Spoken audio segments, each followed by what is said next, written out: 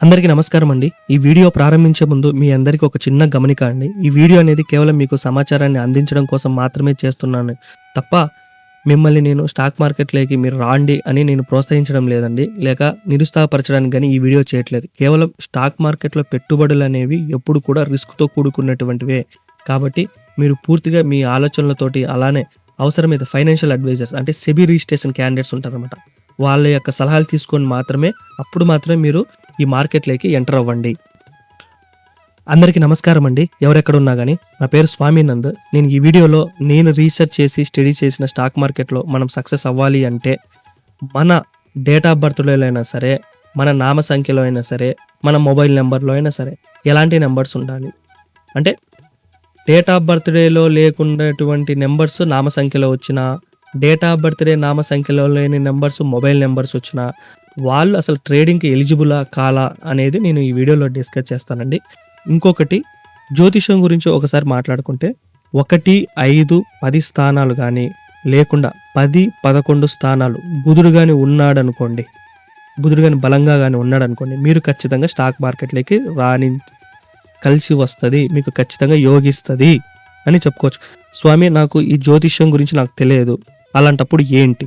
సింపుల్‌గా చెప్పండి అనంటే ఇప్పుడు బాగా గుర్తుపెట్టుకోండి. మీ డేట్ ఆఫ్ బర్త్‌డేలో గానీ, మీ నామ సంఖ్యలో గానీ, అదేవిధంగా నామ సంఖ్యలో గానీ, మొబైల్ నెంబర్‌లో గానీ ఈ మూడిటి గురించి మాట్లాడుకుందాం. సరేనా?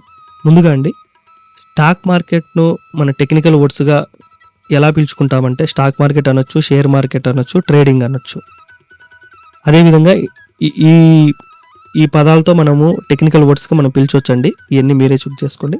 తర్వాత అండి ఒకరి డేట్ ఆఫ్ బర్త్‌డేలో గానీ, వాళ్ళ నామ సంఖ్యలో గానీ, మొబైల్ నెంబర్‌లో గానీ వాళ్ళకు సంబంధించిన వరకు ఎలాంటి నెంబర్స్ ఉంటే వాళ్ళు స్టాక్ మార్కెట్‌లో రాణించగలరు అనంటే ముందుగా గుర్తుపెట్టుకోండి. డేట్ ఆఫ్ బర్త్‌డేలో అయినా సరే 5 గానీ, 6 గానీ వచ్చిందే అనుకోండి, వాళ్ళు స్టాక్ మార్కెట్‌కి ఎలిజిబులు. అదేవిధంగా నామ సంఖ్య గానీ 5 గానీ, 6 గానీ ఉంటే టోటల్ నెంబర్ కూడితే వాళ్ళు షేర్ మార్కెట్‌కి ఎలిజిబులు. ఇయన్నీ ఒకవేళ లేదు, డేట్ ఆఫ్ బర్త్‌డేలో గానీ, నామ సంఖ్యలో గానీ లేదనుకోండి, 5 గానీ, 6 గానీ లేదనుకోండి, అప్పుడు మొబైల్ నెంబర్‌లో జోలికి వస్తాం. మొబైల్ నెంబర్‌లు ఎలా తీసుకోవాలి, ఏంటి అనే దాని గురించి చెప్తాను చూడండి. ఇక్కడ నేను నా నెంబర్ రాశానండి. బాగా చూడండి.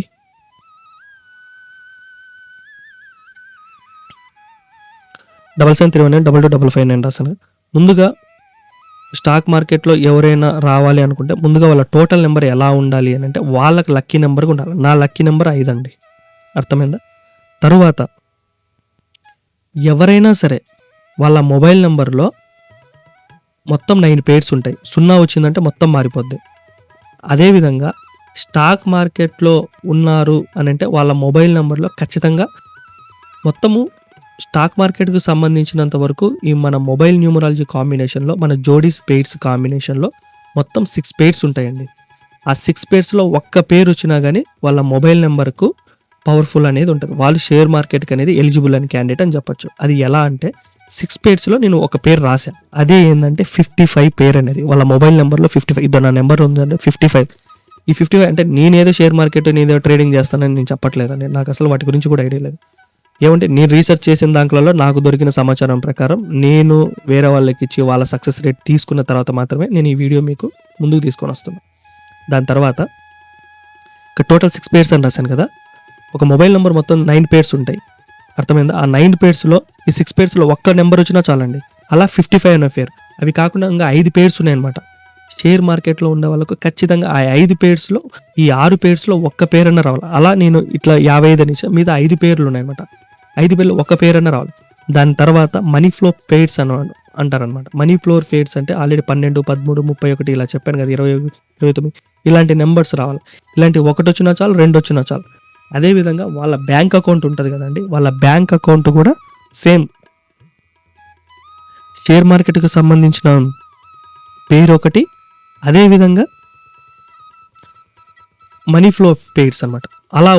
అలా రావాలన్నమాట. దాని తర్వాత ఒక మొబైల్ నెంబర్ మనం తీసుకుంటున్నామంటే ముందుగా వాళ్ళకు టోటల్‌గా లక్కీ నెంబర్ ఉండాలి. ఆ లక్కీ నెంబర్ అనేది వాళ్ళ మొబైల్ నెంబర్‌కి ఉండాలా, బ్యాంక్ అకౌంట్‌కు రావాలా. అదేవిధంగా పెయిడ్స్ అనమాట. అంటే వాళ్ళ పెయిడ్స్ అనేది దాని లోపల షేర్ మార్కెట్‌కి సంబంధించిన పెయిడ్స్ ఉండాలి. అదేవిధంగా మనీ పెయిడ్స్ అనేది ఉండాలి. ఆ 2 ఉండాలి. దాని తర్వాత వాళ్ళ ప్రొఫెషన్ తగ్గట్టు నెంబర్ ఉండాలి. అంటే నేను చెప్పానే ఇందాక టోటల్ నెంబర్ ఎలా ఉండాలి లక్కీ నెంబరు, అదేవిధంగా పెయిడ్స్ ఎలా విధంగా ఉండాలి, అదేవిధంగా ప్రొఫెషన్ తగ్గట్టు ఉండాలి. అవి చూసుకోవాలి. అంటే నేను జ్యోతిష్యం గురించి చెప్పాలి అంటే వాళ్ళ జన్మజాతకంలో కానీ వాళ్ళ లగ్న కుండలు వేసినప్పుడు వాళ్ళ స్థాన బలాలు ఉంటాయన్నమాట. అంటే 1, 5, 10 స్థానాల్లో కానీ లేకుంటే 10, 11 స్థానాలు కానీ బుధుడు కానీ ఉన్నాడు అనుకోండి, వాళ్ళు ఖచ్చితంగా స్టాక్ మార్కెట్కు బాగా కలిసి వస్తారు. వాళ్ళకి స్టాక్ మార్కెట్ అనేది బాగా యోగిస్తుంది. నాకు ఈ జ్యోతిష్యం తెలియదు, సింపుల్గా చెప్పండి స్వామి అంటే డేట్ ఆఫ్ బర్త్ ఎలా ఉన్నా 5, 6 నెంబర్ ఉండాలా, లేకపోతే మొబైల్ లేకపోతే నామ సంఖ్యలో ఉన్న టోటల్ నెంబర్ కూడినప్పుడైనా 5, 6 అనేది రావాలా. ఒకవేళ నామ సంఖ్యలో లేదు, డేట్ ఆఫ్ బర్త్డే లేదు, అలాంటి పరిస్థితుల్లో ఏంటి అంటే వాళ్ళ బ్యాంక్ అకౌంట్లో కానీ మొబైల్ నెంబర్లో కానీ ఈ నెంబర్స్ ఉండాలి. ఏది అంటే ఇందాక చెప్పానే 55 పేర్ అని, అలా మొత్తం 6 పేర్స్ ఉంటాయి. నేను ఆల్రెడీ ఒక పేరు చెప్పాను. మిగతా 5 పేర్లలో ఒక్క పేరన్నా ఉండాలి. అంటే టోటల్ నెంబర్ లక్కీ నెంబరే ఉండాలా, న్యూట్రల్ నెంబర్ కాదండి, టోటల్ నెంబర్ లక్కీ నెంబర్ ఉండాలా.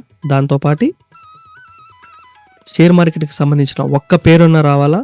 దాంతోపాటు వాళ్ళ ప్రొఫెషన్ తగ్గట్టు నేను చెప్పాను షేర్ మార్కెట్కి సంబంధించి ఆ ప్రేయర్ అని రావాలి. ఇలా పేర్స్ కానీ వచ్చినప్పుడు వాళ్ళు ఏదైతే ట్రేడింగ్ చేస్తున్నారో వాళ్ళకి బ్యాంక్ అకౌంట్ కూడా ఇంటర్లింక్ అయింది అనుకోండి, అప్పుడు సక్సెస్ బాట అనేది నడుస్తుంది. ఇది 100% నడుస్తుందా అంటే ఒకటి గుర్తుపెట్టుకోండి, ఎవరైనా సరే నామ సంఖ్య బాగుండాలా, ఆ తర్వాత బ్యాంక్ అకౌంట్ అయినా, ఆ తర్వాత మొబైల్ నెంబర్ అయినా. అర్థమైందా? నామ సంఖ్య కానీ బాగున్నదంటే ఆ తర్వాత మొబైల్ నెంబర్ అయినా బ్యాంక్ అకౌంట్ అయినా ఒకదానికొకటి ఇంటర్లింక్ అయినది. దీని వాడకం ఎప్పుడైతే ఎక్కువైతుందో వాళ్ళకు లక్ అనేది జనరేట్ అవుతుంది. మీరే ఆలోచించండి, ఉదయం నుంచి రాత్రి దాకా మొబైల్ నెంబర్తోనే కదండి ఎక్కడికైనా ప్రయాణించేది ఎవరైనా.